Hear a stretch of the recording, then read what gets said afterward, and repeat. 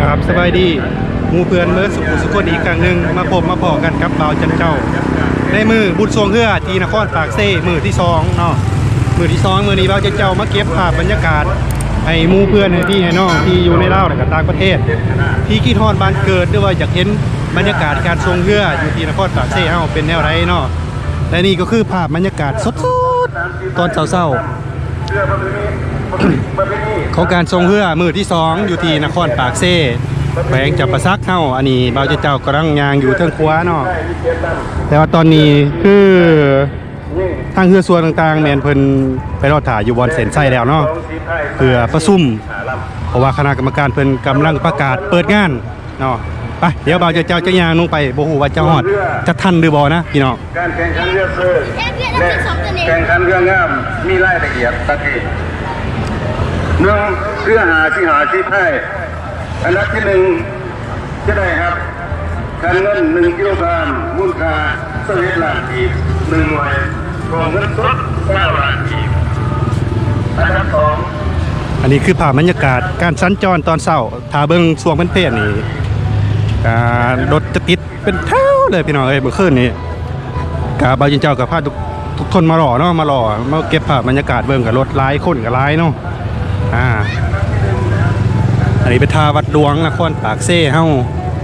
เดี๋ยวบาจินเจ้าจะย่างไปศาลาค่ำโอ้โหว่าจะทันหรือบ่นะพี่น้อง1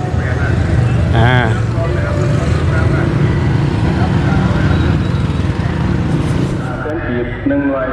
และเงินสด8 ล้านกีบอันดับสองเงินสด6 ล้านกีบอันดับสามแบกรับเงินสด4 ล้านกีบที่เด็กสำหรับที่เด็กเราได้แข่งมีการแข่งขันตลาดอันดับที่หนึ่งของเรือที่อันนี้คือภาพบรรยากาศแก้มเซ่อยู่บนกันเจือนที่เพิ่นเฮ็ดใหม่เนาะก็ถือว่าเป็นหนทางเลยให้ทุกคนได้สัญจรได้เที่ยวในงานบุญทรงเฮือพี่น้องตอนนี้บ่าวจันเจ้ากำลังจะเดินทางไปที่ศาลาค่ำไปเบิ่งเขาเจ้าเปิดงาน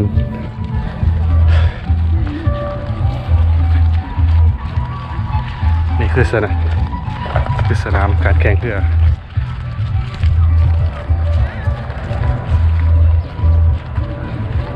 ตอนนี้รู้สึกว่าทานซ้อนไส้สีพันดอนห้องนายกรัฐมนตรีแห่งสปป.ลาวเพิ่นกำลังประกาศเปิดงานจื่อเสียงเพิ่นใดแต่อยู่ขวาเพิ่นเนาะแต่ละปีเพิ่นจะบ่ผ่านเนาะเพราะว่าเป็นบ้านเกิดเมืองนอน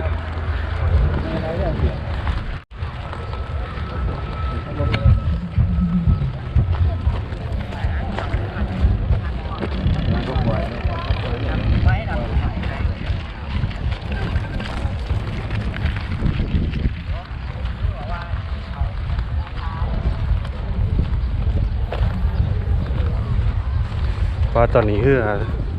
ทุกบ้านทุกเมืองเนาะได้ยินข่าวว่ามีเฮือจากราชอาณาจักรกัมพูชามานำน่าจะเป็นเฮือทางแขวงเสียงแตงเนาะหรือว่าสตึงแตงเป็นกะเขามาห่วมนำประธานสภาบางส่วนเป็นจังหวัดตากที่โคโลกเรียนบรรดาสหายการนำภาครัฐการแข่งบรรดาสหายต่างหน้าคนขึ้นมาตกเลยเนาะการนำแข่งขมวลแข่งอันดับพื้นในงานประเทศบรรดาพ่อแม่พี่น้องประชาชนตามวันตัดสินตามเรื่องต่าง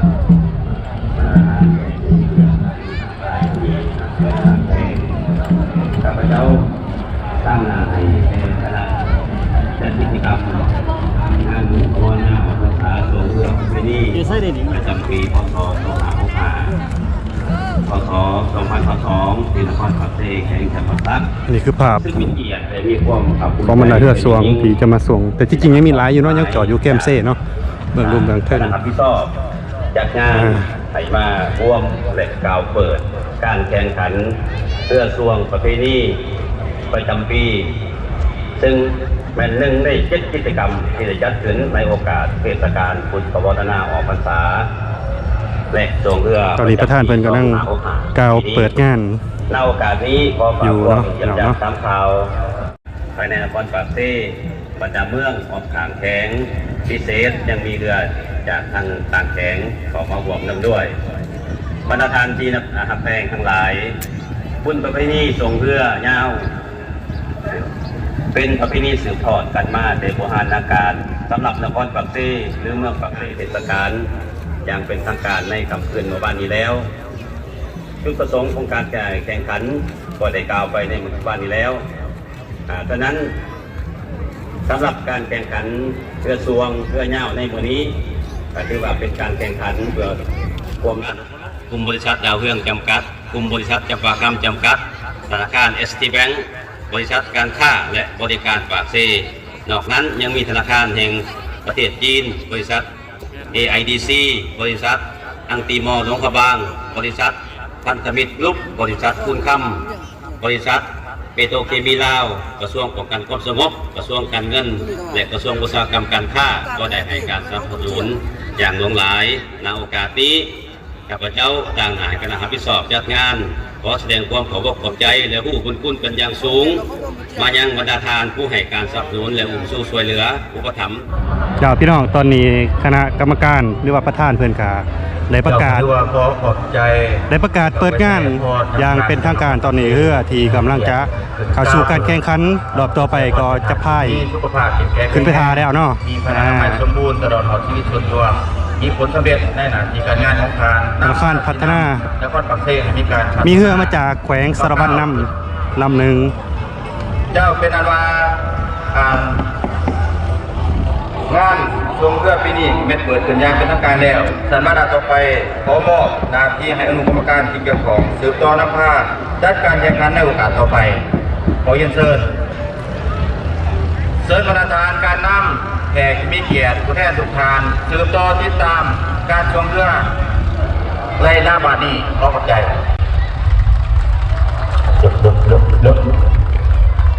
สุขสวัสดีประธานนักแข่งขันทุกลำขอให้ประธานนักสีพายเตะและขนาดจงนำเรือของประธานขึ้นสู่จุดปล่อยเรือดาวการต่อไปการแข่งขันเรือที่จะได้เริ่มขึ้นที่เบื้องจุดปล่อยเรือฉะนั้นให้บรรดานักสีพายเตะและขนาดจงนำเรือเข้าฟังวัดต่อเรืออนุกรรมการเส้นชัยและอนุกรรมการใส่เป็นน้ำคอเป็นน้ำเซ่จงได้ติดตามเรือจางแข่งขันบรรดานักสีพายเตะและขนาดจงได้เกียรพร้อมปฏิบัติตามกติกาแข่งขันตามรองตามโมงตามเวลาถ้าว่าคณะไหนอยากปฏิบัติตามเวลาของเราจะได้ตัดสาวเราท่านขอท่านประธานสิไว้ทุกคณะจงนำเรือขึ้นสู่จุดปล่อยในโอกาสต่อไป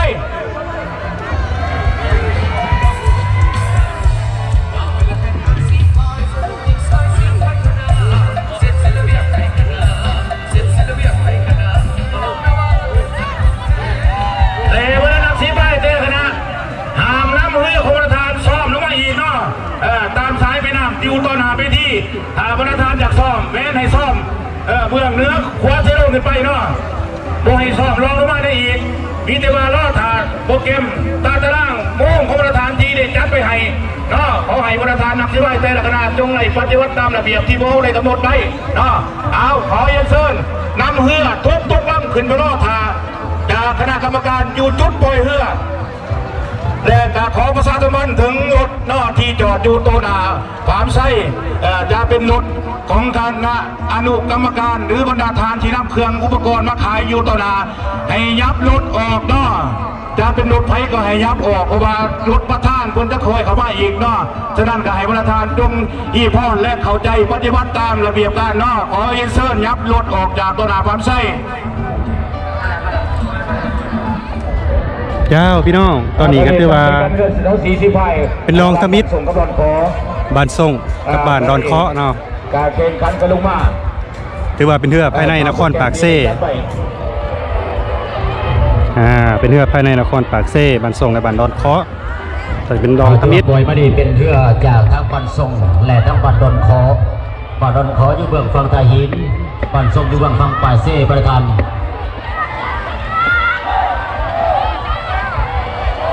รองทมิตร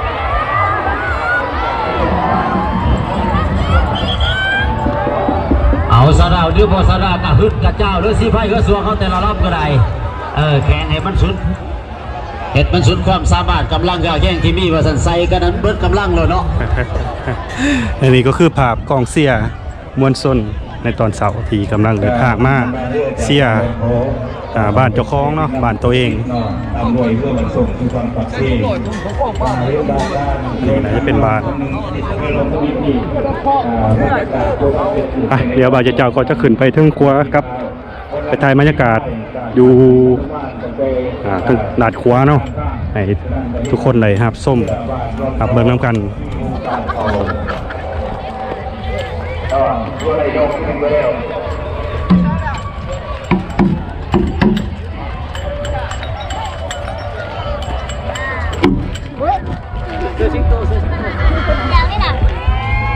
อันนี้ก็เป็นเรือพายยิ่งนะสุดยิ่งบ้านบ้านไหนเนาะ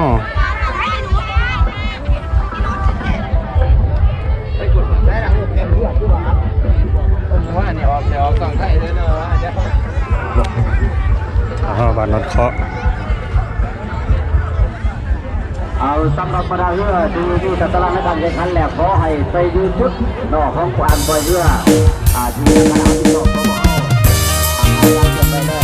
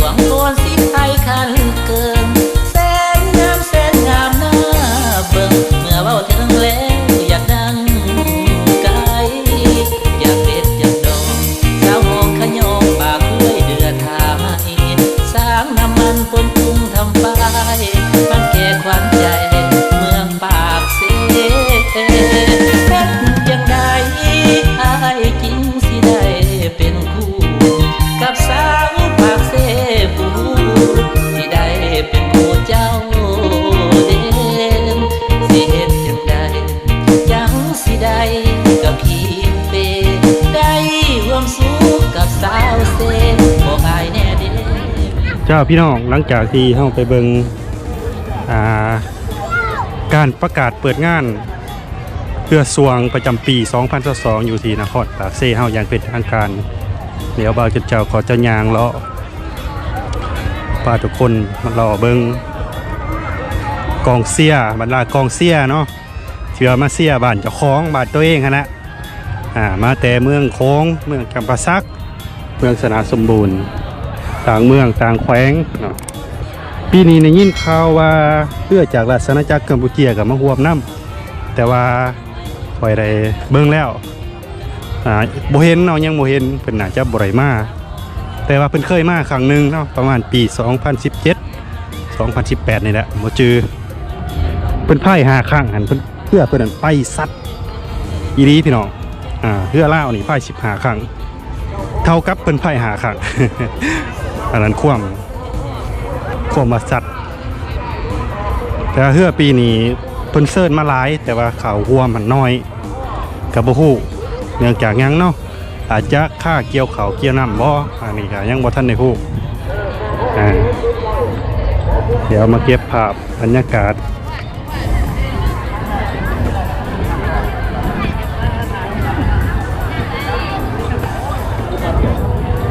ฝั่งนั้นก็จะเป็นฝั่ง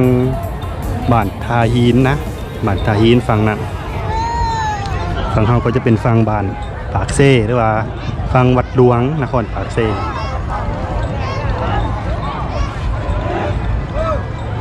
พอดีกันเจือนเป็นเห็ดไก่เจ้าแล้วเนาะพี่น้องสำนีก็ถือว่าโอเคแล้วเพราะว่าโมมีหยาโมมียังมานี่เพราะว่ามันยังใหม่อยู่แล้วก็บอลยูบอลเศร้าก็ถือว่าหลายต่างแต่ว่ายังมีแดดตักฝนเนาะคอยตกอยู่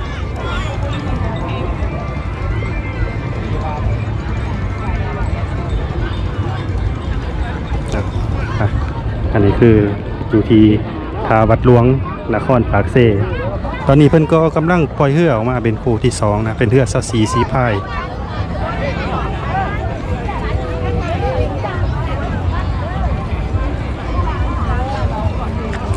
คือคนร้ายเนาะมาแต่ต่างบาทต่างเมือง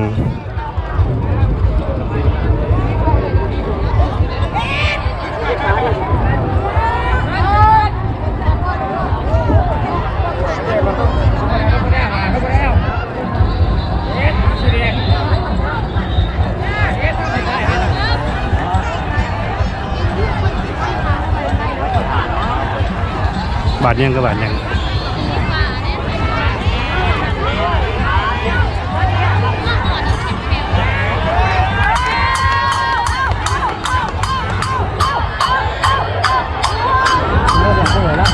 โอ้ยเล่าเหรอ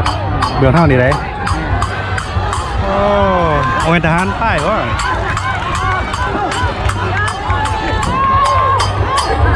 ไปอยู่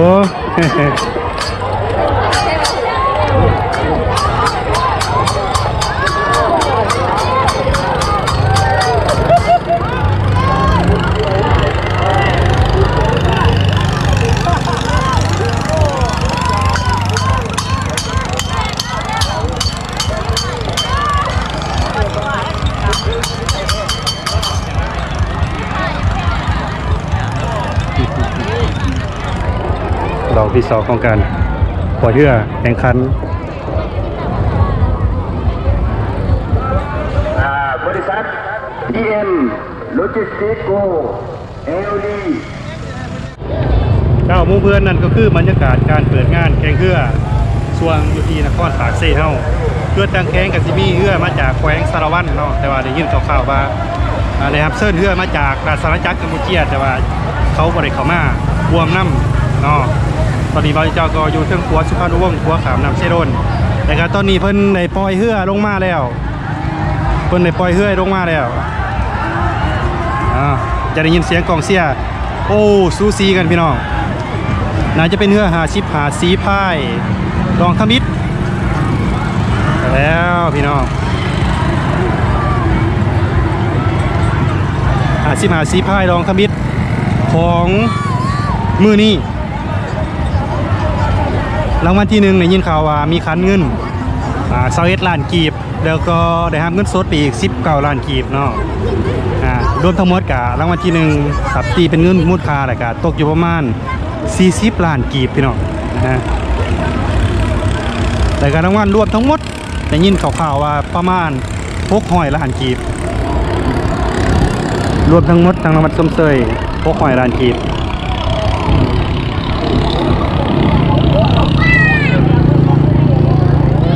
แข่งไปแล้ว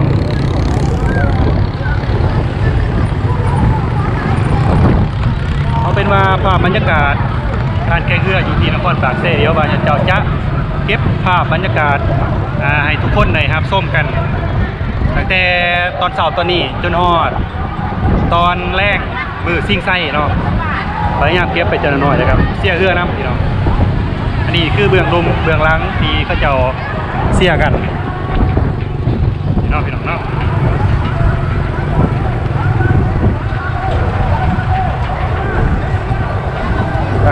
อย่างลง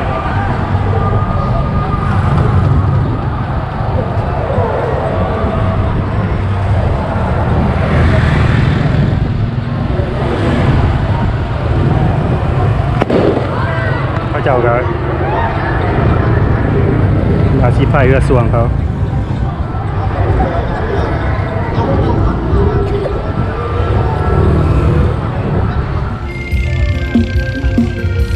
ฝั่งนั้นเป็นฟังเส้นไส้ฟังปากเซ่อยู่เบื้องสระค่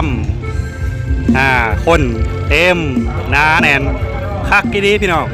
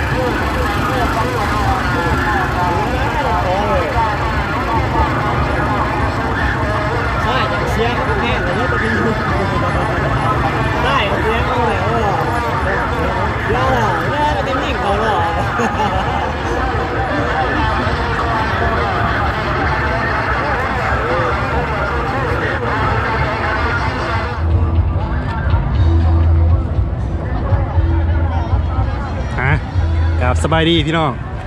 ในช่วงตอนแรกเนาะตอนแรกก็คือในช่วงตอนเช้าของไทยไปแล้วมาเจอกับตอนนี้คือในช่วงตอนแรกในมือเดียวกันของงานทรงเรือที่นครปากเซ่วันนี้เฮาขามาที่ฟังบ้านทายีนเนาะเพราะว่าช่วงเช้าเฮาไปฟังนั้นแล้ววันนี้เฮาขามาฟังทายีนเดี๋ยวจะย่างไปหอดเส้นไส้เนาะบริเวณซบเซ่นี่คือภาพบรรยากาศคนที่มาส้มเพื่อสวงเนาะโอ้ยโอ้ยโอ้ยแตกแล้วจังเลย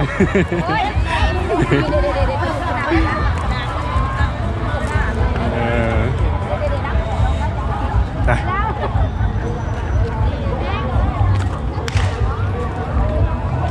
จะย่างเดินทางพาเพื่อนๆทุกคน FC ทุกคนมาชมบรรยากาศยังบุสุดพี่น้องเงาดีคนกับไล่คักปีนี้มอนขาไล่พี่น้องคนไล่ฟังนั้นก็เต็มเลยพี่น้องนี่แหละพี่น้องทรงเฮือนครปากเซ่เฮามีเฮือเขาหวมทั่วแขวงแต่อาจจะโบเบิร์ต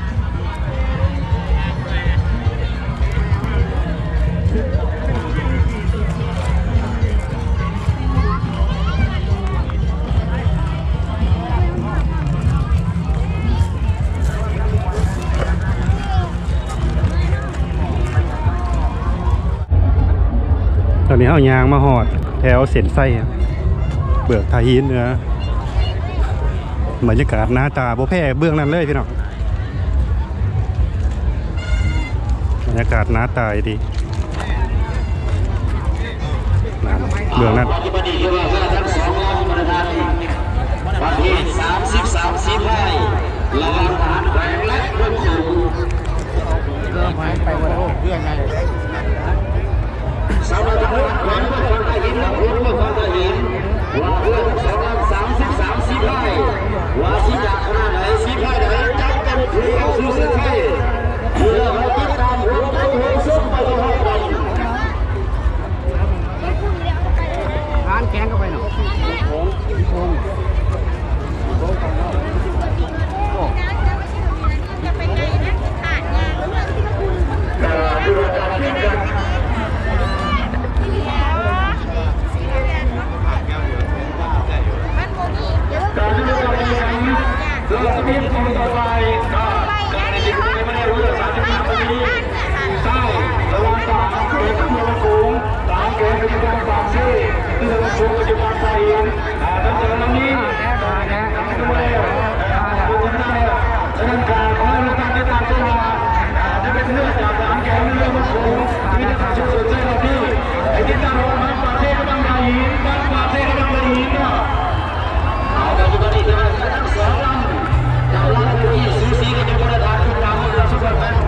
ลองทำบิดของหอบแรงหอบใบเนาะเมืองโค้งกับทหารแขวง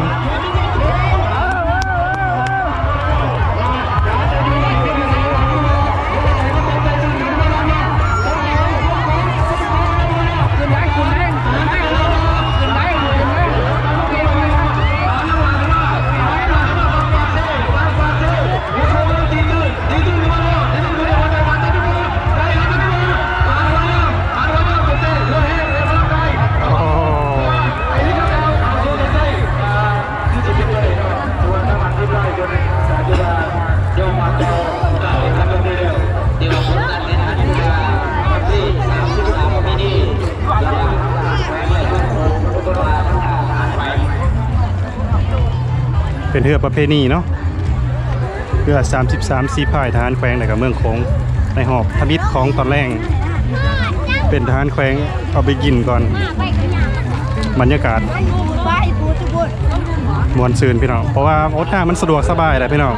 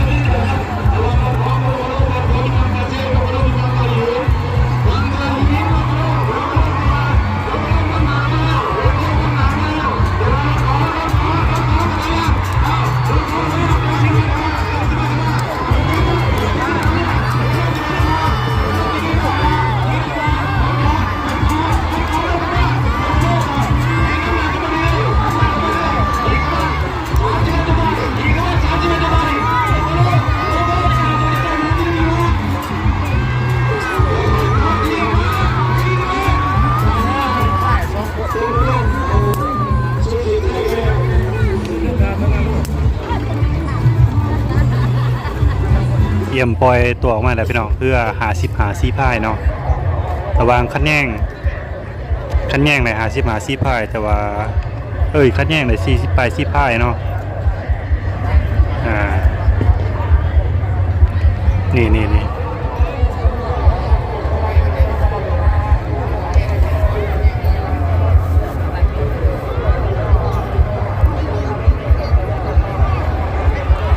เอาตัวเดียวพี่น้องไงเนาะซิ่งหอบซิ่งไง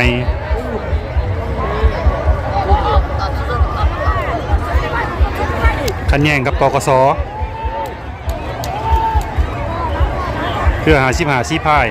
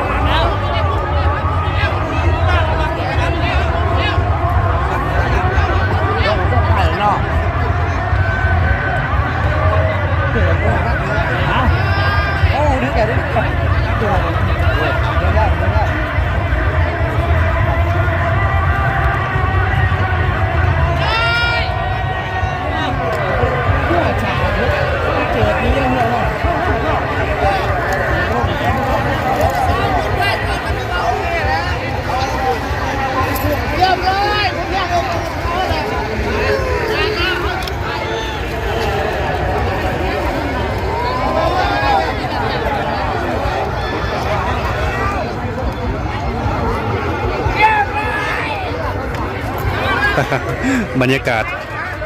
การชมการเชียร์อยู่ที่ท่าเทียบเพื่อของปกส.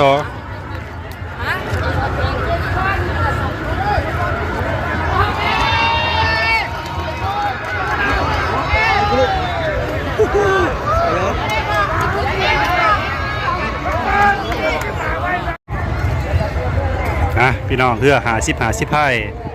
ลองตัดสินเนาะลองตัดสินเดี๋ยวจะน้อยมีการปล่อยออกมา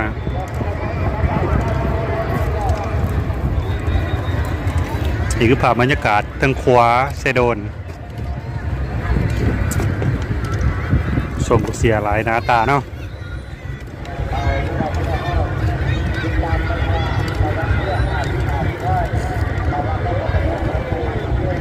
มาแล้วพี่น้องปกส.กับคันแย่งตาปกส.สนาที่ว่าเด็ดแซมเลยเนาะ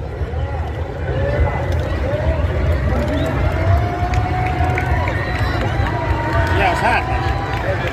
แค่จังมันเจ้าปกส.อยู่ฝั่งเฮาเนาะโอ้เรียบร้อยคัด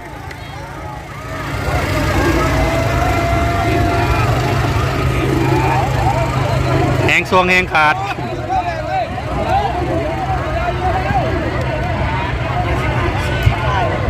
อย่าซื้อเรื่องมาเขาอย่าสูงเขาหัวสูงเลยจะว่าจะซื้อเรื่องมาเขาเกิดว่าเหือแตง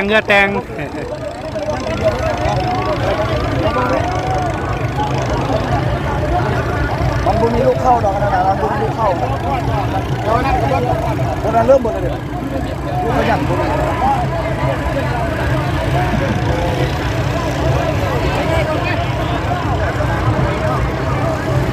ใส่ซันนี้แหละ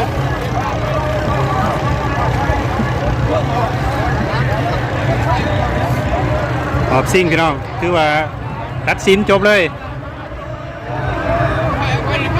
ไพ่เลี้ยวนี่นะไพ่เดียวนี่ไพ่ป่ะไพ่33ทีไพ่นี่นะไพ่ผู้เดียว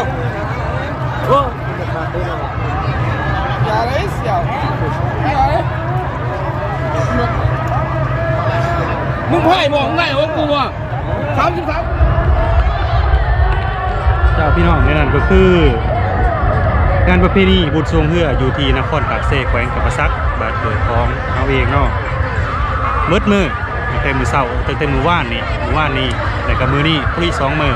ก็จบไปโดยดีในการแข่งขันมีเฮือหลายประเภทนะตั้งแต่12 4 พาย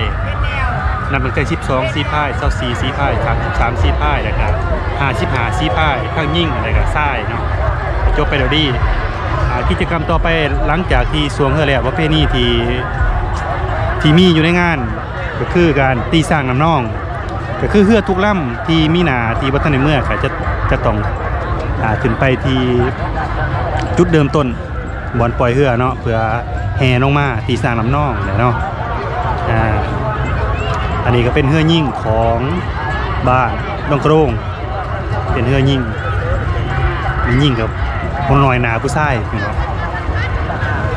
เป็นเฮือยิ่งกับคนลอยนาผู้ชายเนาะเดี๋ยวหารับส้มน้ำกันประเพณีการตีสร้างน้ำนองว่าจะมีความมวลซืนจะมีเหือเขาวมหลายลำเพราะปันใดว่าปกติแล้วมันก็บ่ค่อยจะเป็นระเบียบเกินปันใดเนาะบางลำก็จีนเมื่อบานก่อนประสังมันบ่คือสมัยก่อนจะขึ้นไปเทิงไปจุดเริ่มต้นนะครับเกาะกันมาเนาะแห่ลงมามวนไปได้ไปเสียกับมวนน้ำกันตีสร้างน้ำนองอันเป็นว่าจบพิธีถาปฏิสร้างลำนองแต่ถาเบิ่งก่อนพี่น้องเพราะว่ามีเหือขึ้นไปแล้วก็มีเหือลงอยู่เป็นยังไงพี่น้องพี่ไผที่เขามาครับส้มรู้สึกแนวใดเนาะรู้สึกมวนบ่บรรยากาศคือคืนบ่สามารถสู่กับนครหลวงเวียงจันทน์หรือว่าสวรรณเขตเข้ามวลได้หรือบ่เนาะสำหรับบรรยากาศก็สามารถคอมเมนต์อยู่ใน2ของบ่าวจันเจ้าได้เด้อ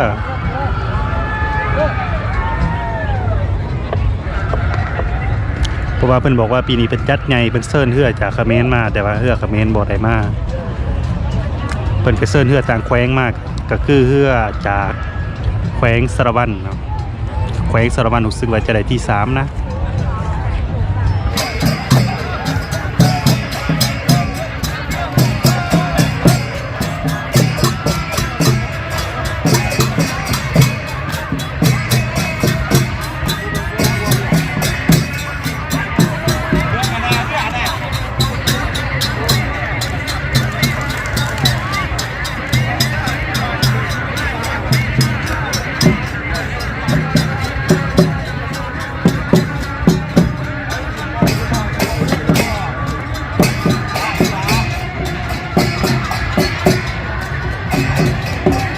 มาแล้วพี่น้องขบวนตีสร้างน้ำน่อง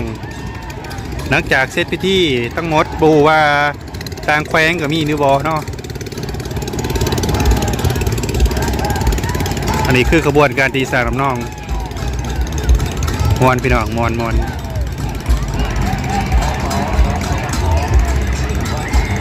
ปีนี้รู้สึกว่าพี่เอื้อตีสร้างน้ำน่องหลายลำเติบเนาะปี2019บ่เป็นระเบียบเนาะบ่เป็นระเบียบปี2019ปีนี้รู้สึกว่าเพื่อหลายรับเติบรวมขบวนการตีสร้างน้ำน่องก็ถือว่าเป็นการจบพิธีงานบุญทรงเฮือเนาะ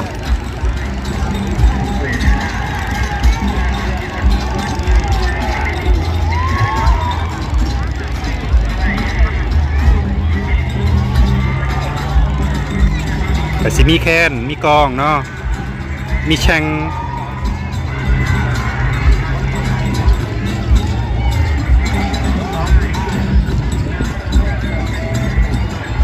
มีแคนมีกองมีแซงเนาะเสพงั้นทำเพลงคือว่ามวนเนาะค่อยๆลงไปจนหอดเสร็จใช่ไปเลยพี่น้อง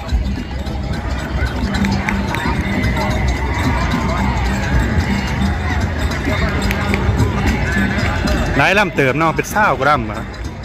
แต่ที่จริงในเฮือเขาห่วมในงานแข่งเฮือนี่มีหลายเนาะเกือบ40 ลำแต่ว่าพระเจ้าก็เมื่อก่อนเพราะว่ามือว่านนี่ไปแข่งตัวรองเขาก็เมื่อแล้วนะ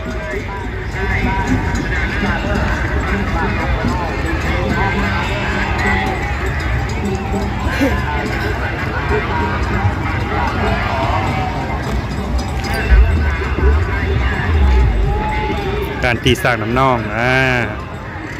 หมู่ว่าต่างแขวงมีบ่อต่างแขวงต่างเมืองมีบ่อน้องคอมเมนต์บอกเบาจันเจ้าในเด้อแต่ก็ต่างประเทศเนาะประเทศไทยประเทศเขมรมีบ่อถ้ามีก็คอมเมนต์บอกกันในเด้อแซ่ๆกันการตีสร้างน้ำน่อง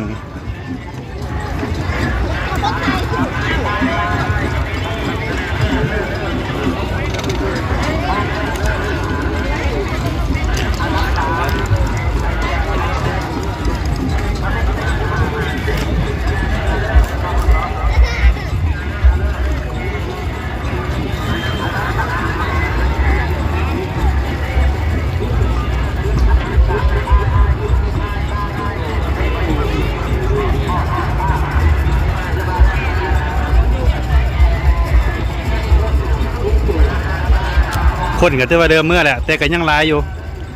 ผู้ที่อยู่ต่างเมืองเขาเจ้าก็เมื่อบ่ได้เนาะก็สิยังอยู่แต่ภายในนครปากเซ่แต่ก็ใกล้ๆเนาะเมืองพนทองยังประมาณนี้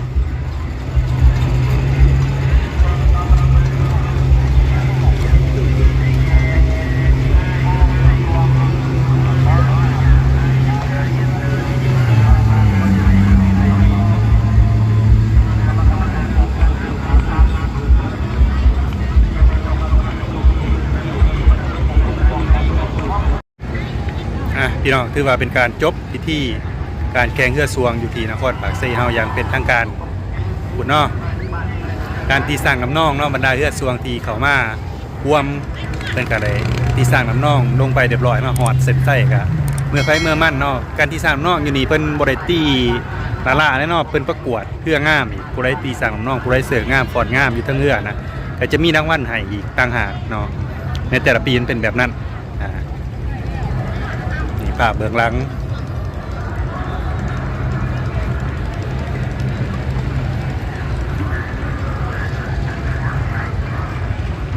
ขอมกขอบใจทุกคนที่เข้ามารับชมแต่ก็อยู่ร่วมกันตั้งแต่ต้นจนจบหลาย10 นาทีหลาย20 นาทีเตือตั้งแต่เช้าเนาะพี่น้องบ๊ายบาย